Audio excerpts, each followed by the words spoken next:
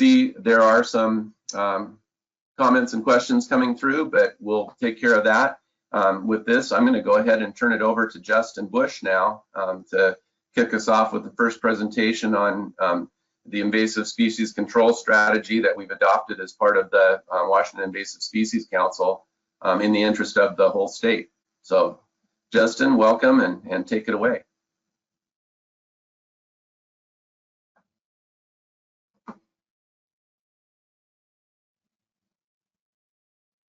Hi there. Hey. Can you see my screen? Can you confirm? Yeah, you're looking good there. Great. Looks like you're in the office working. Yes, there's stable internet at the office. So it's good to virtually see all of you.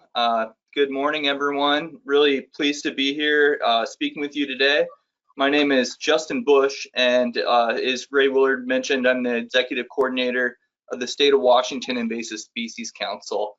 And just to reiterate it, the council is really proud to be partnering with the Washington Vegetation Management Association to hold the 70th annual Washington Week Conference.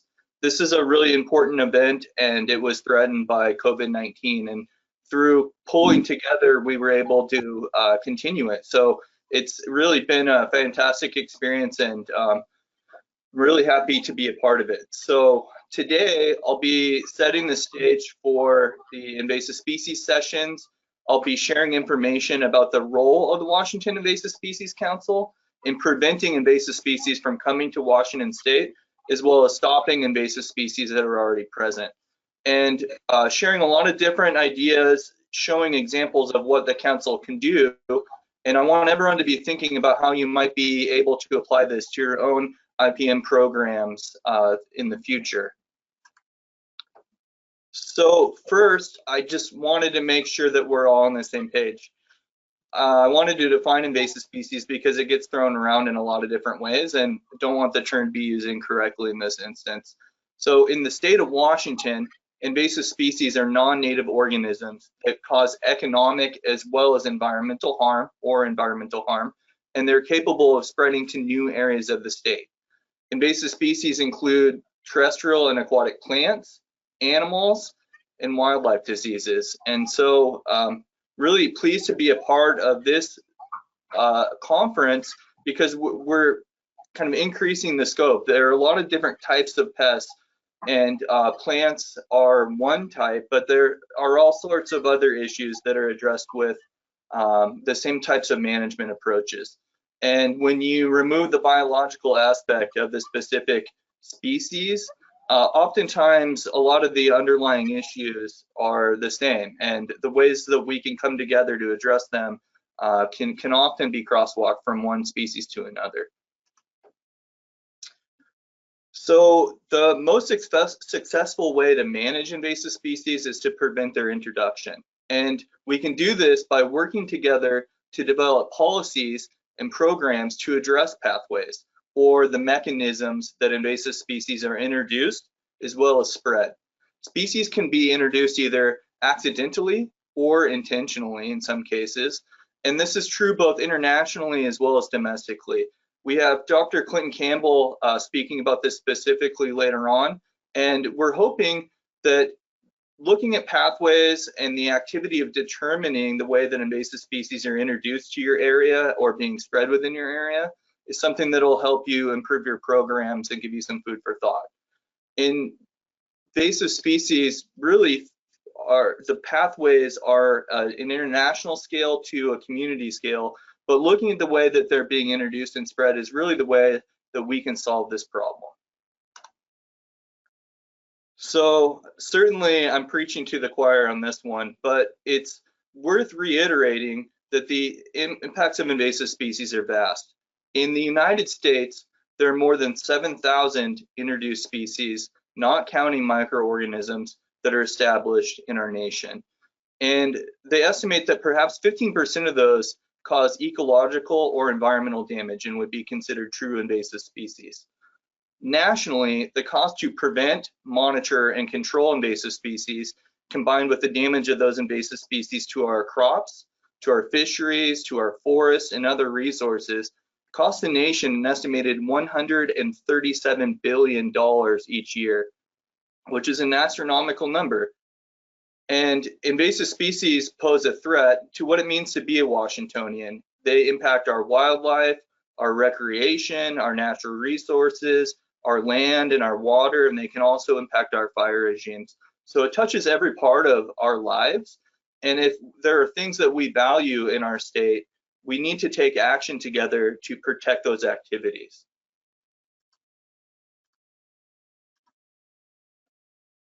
Invasive species don't respect administrative boundaries and are a global problem. To successfully prevent invasive species and stop the spread of species that are present, every organization and every individual has the responsibility to work together to address this problem. We know how to prevent and stop invasive species, but the trick is that each of us has a role to play in ensuring success. From the global scale to the neighborhood scale, there really is a role for everyone in being successful. And this will be illustrated in some of the talks that you're going to see later on. So is background to formally work across those administrative boundaries that invasive species don't respect. The state legislature created the Washington Invasive Species Council back in 2006. The council's charged with policy level direction, planning, and coordination. And one of the foundations of the council is that it's tasked with developing an interagency statewide strategy. And this provides guidance to agencies, organizations, researchers, industry, and the public for acting in coordinated ways. And here you can see a cross-section of the appointed members, and you can see that they range from federal to state to local governments. They include tribal governments, as well as nonprofits, industry, and academia. The members collaborate to develop policies and programming to address invasive species across all land ownership types. Well, everyone knows that government doesn't have all the answers, and successfully addressing invasive species requires a whole community approach that includes industry, researchers, volunteers, and the general public. And I'll be speaking more about this on Friday, but I really wanted to underscore the fact that to successfully address invasive species, whether they're plants, animals, or diseases, we must work together with the whole community to be successful. Well, as pest managers, we're no stranger to the bioinvasions curve. What I really wanted to point out and why I wanted to show this is that the majority of our costs are incurred once eradication is unlikely and after the point where public awareness typically begins. As invasive species managers, we understand that the best management strategy is prevention. And when things slip through the preventative cracks, what we need to do is detect those problems as close to the point of introduction as possible so that we have the highest likelihood of addressing the problem and eradicating it.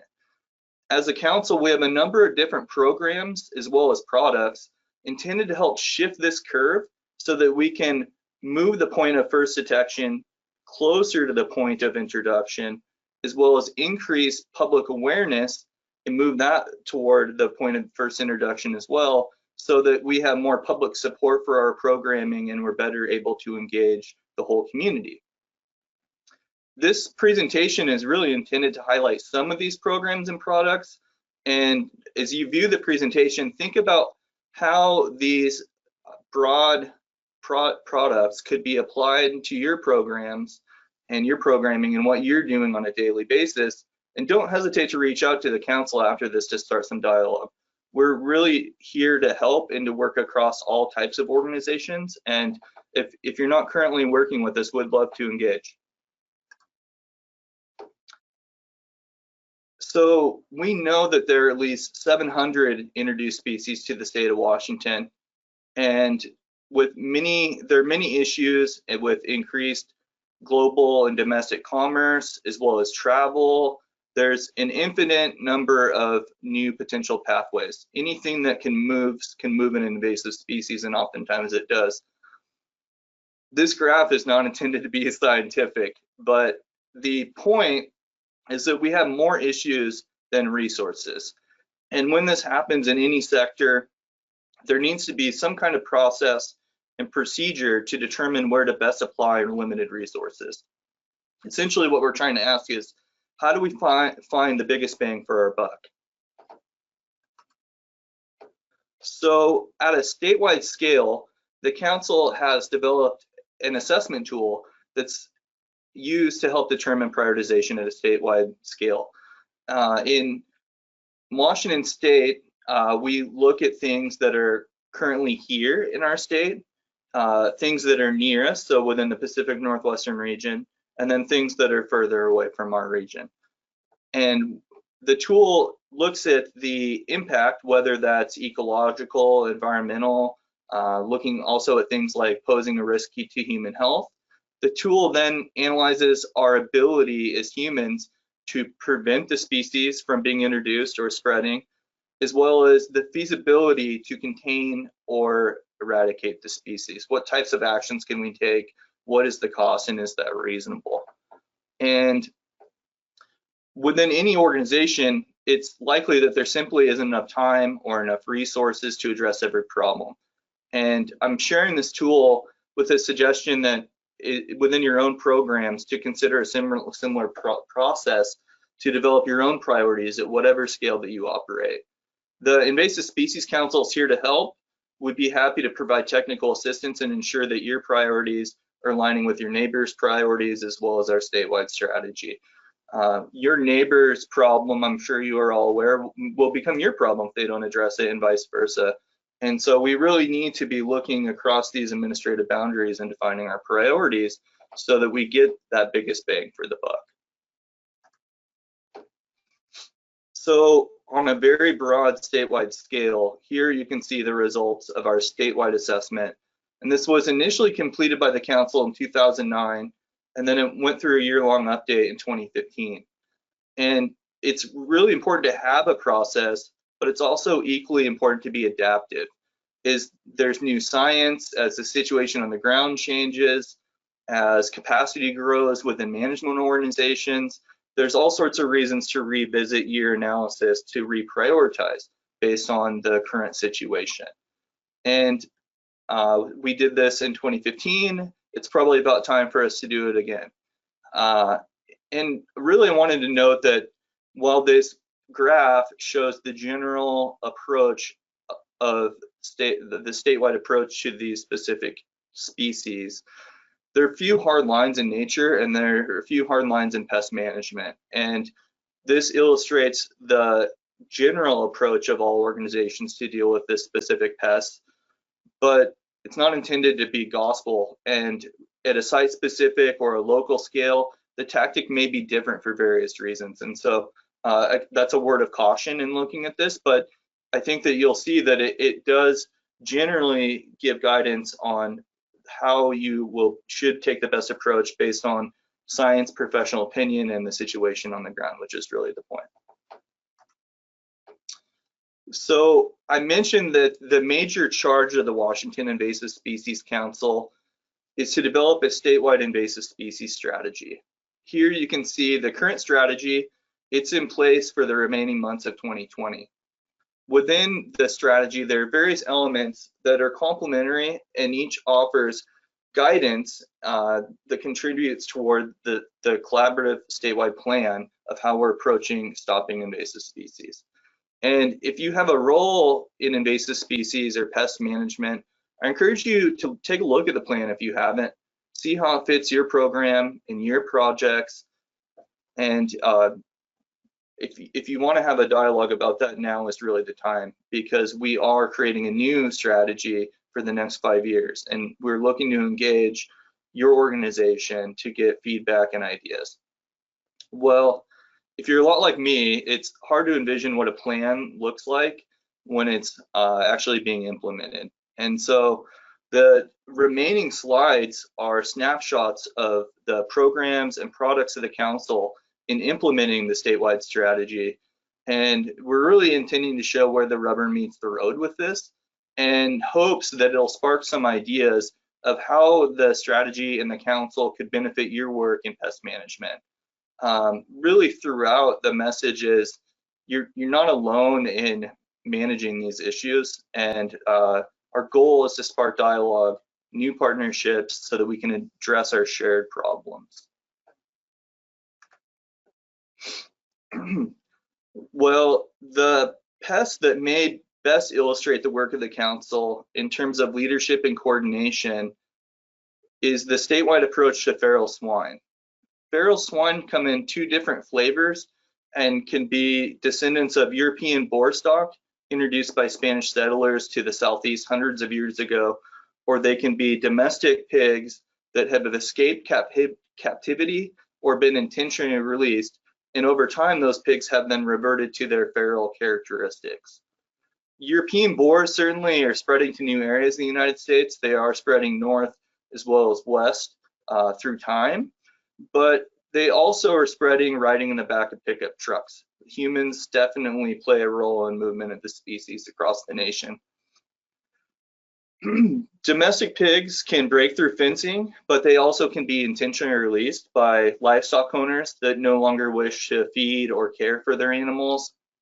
And when you are looking to identify this pest, it's pretty simple in Washington state. Any pig that is outside of captivity is considered a feral swine, and it should trigger notification to the Washington Invasive Species Council. So whether you come across a scraggly 400-pound tusked beast out in the woods, or you see Wilbur, the friendly neighborhood pig, walking through your side yard, you really need to remember to squeal on pigs. If you see something, say something, and we would want you to make notification if you come across one. So the strategy with feral swine really is prevention.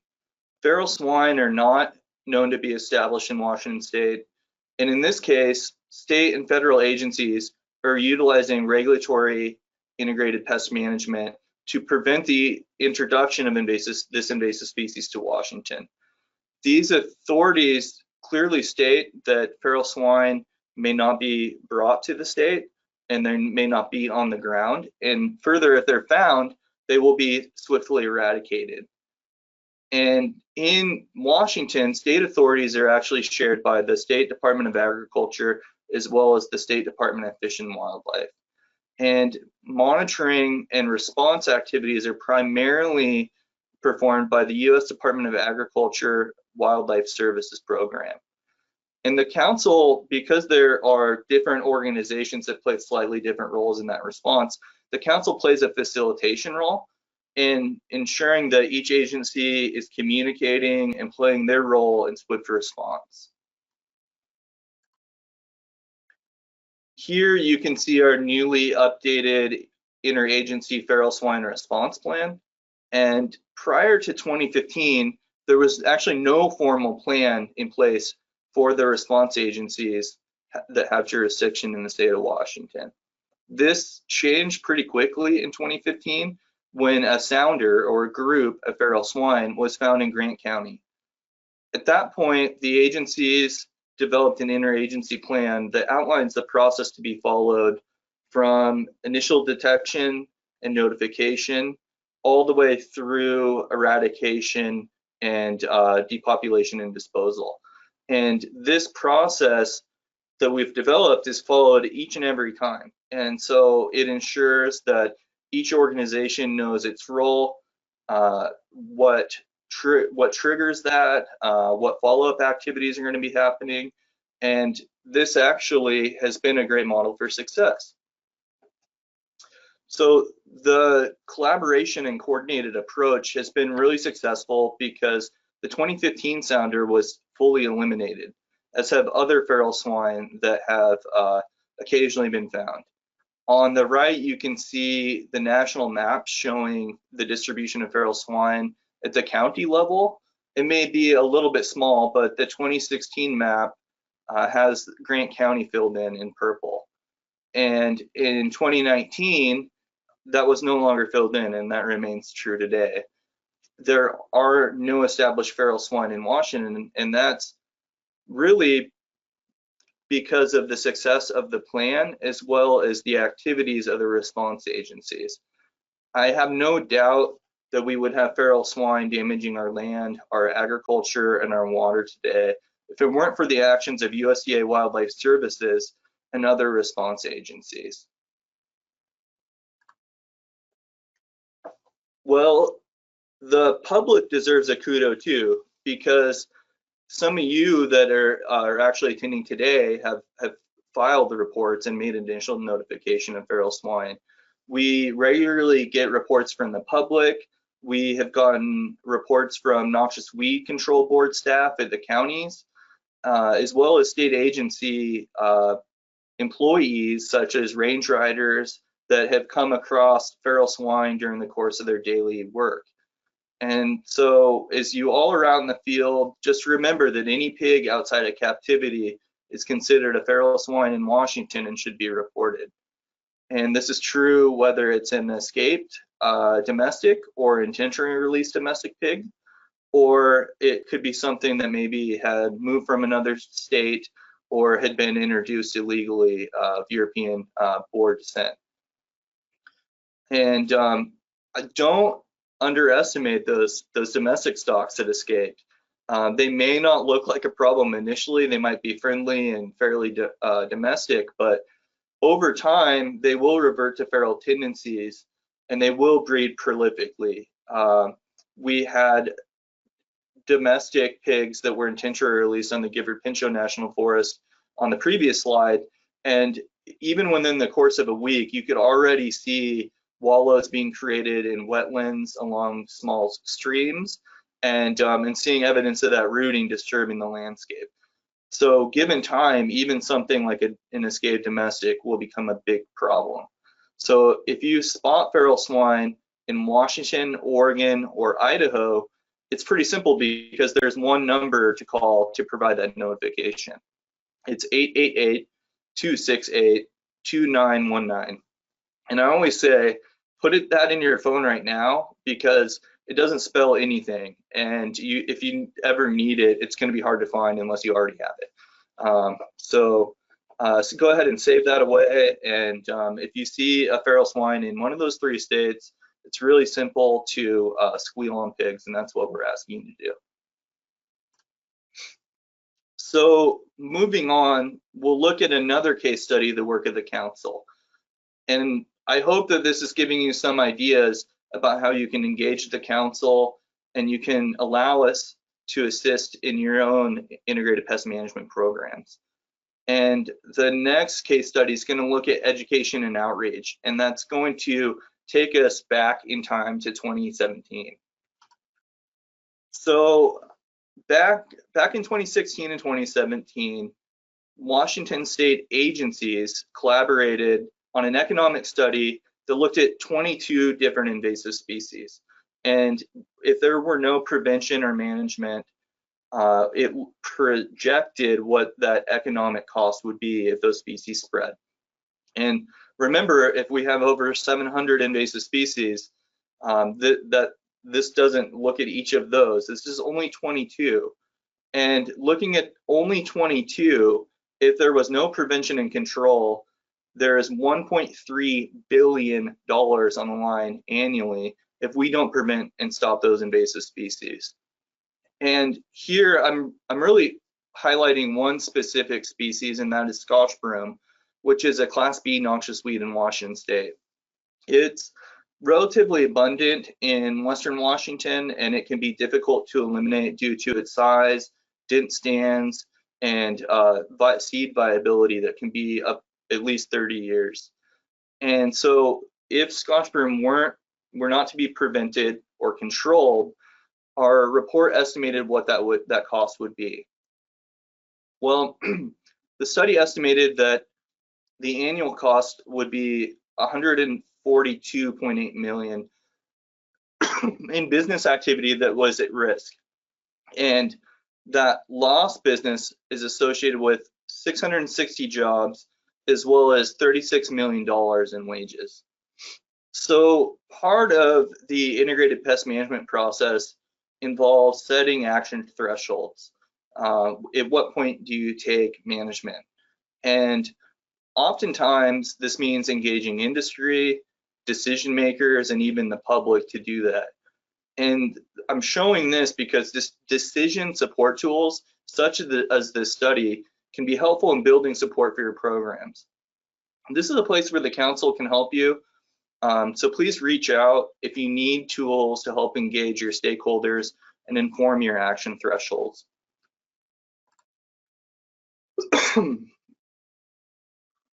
So the next pest, and just to reiterate, a pest is a destructive insect or other animal that attacks crops, food, livestock, etc. Touches on every element of the council strategy. But really, this probably best exemplifies early detection and rapid response, as well as containment, control, and eradication. That is northern pike. Northern pike is a predatory freshwater fish, and this is classified as the highest level of prohibited aquatic invasive species in the state of Washington. Northern pike has a long body shape, as you can see in this photo. It's oval and cross section, hence the name pike, which means spear or lance shaped. And you can see part of its mouth, but it has a large duckbill shaped mouth with large teeth and a dorsal fin located near the tail. They display horizontal rows of light colored to oval spots on a dark background, so they're pretty distinctive. Northern pike are non-native to the entire Columbia River Basin, although they are native to the Saskatchewan River Basin, which covers part of Montana. So here you can see a northern pike that actually preyed upon juvenile salmon in southern Alaska, where it's also non-native. And this is exactly the type of predation that we're concerned about as a council. In Washington, pike live about 6 years. They can reach an average of 26 inches in length, but in the right environment, they can grow twice as big and live for more than 20 years. So Justin, you've got 5 minutes. Perfect, thank you.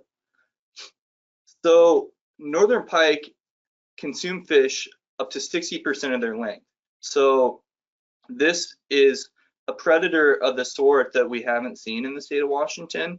There are fish that are predators that prey on things like salmon and steelhead and other salmonids, but this is really a different scale of a problem in that it can, if something can eat 60% of its length, that makes things more than juveniles at risk. And the Columbia River northern pike are rapidly expanding their range, and they're slowly creeping further toward vulnerable salmon and steelhead population. And the Columbia River Basin really is the lifeblood of our state's Chinook, coho, sockeye salmon, and steelhead stocks. And thinking about the orca, there is a Columbia River Chinook that is one of the things that some endangered orcas are eating is their primary source of food in the winter.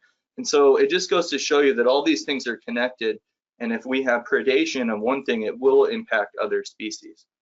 So northern pike are knocking at the door of vulnerable salmon spawning habitat. This is a risk to tribal governments, state agencies, regional organizations, and they're coming together to raise awareness of this problem, creating tools like you see here, which is pike.nwnorthwestcouncil.org, to connect with decision makers and the public. Part of that tool is an economic study, and there are a lot of different numbers about the risk that are posed by northern pike. And northern pike predation has high environmental or economic consequences. This predation threatens investments made in salmon recovery, as well as steelhead recovery and other fisheries. It threatens tribal, commercial, as well as recreational fisheries, and poses a grave risk to power rates. You might be asking yourself, how is that so? There are obligations for fisheries to be at certain levels that are required for power producing organizations. And if there is a high predation rate, more activities might be spent making sure they meet those fisheries thresholds, and that ultimately that additional cost will be passed on to ratepayers, which is all of us.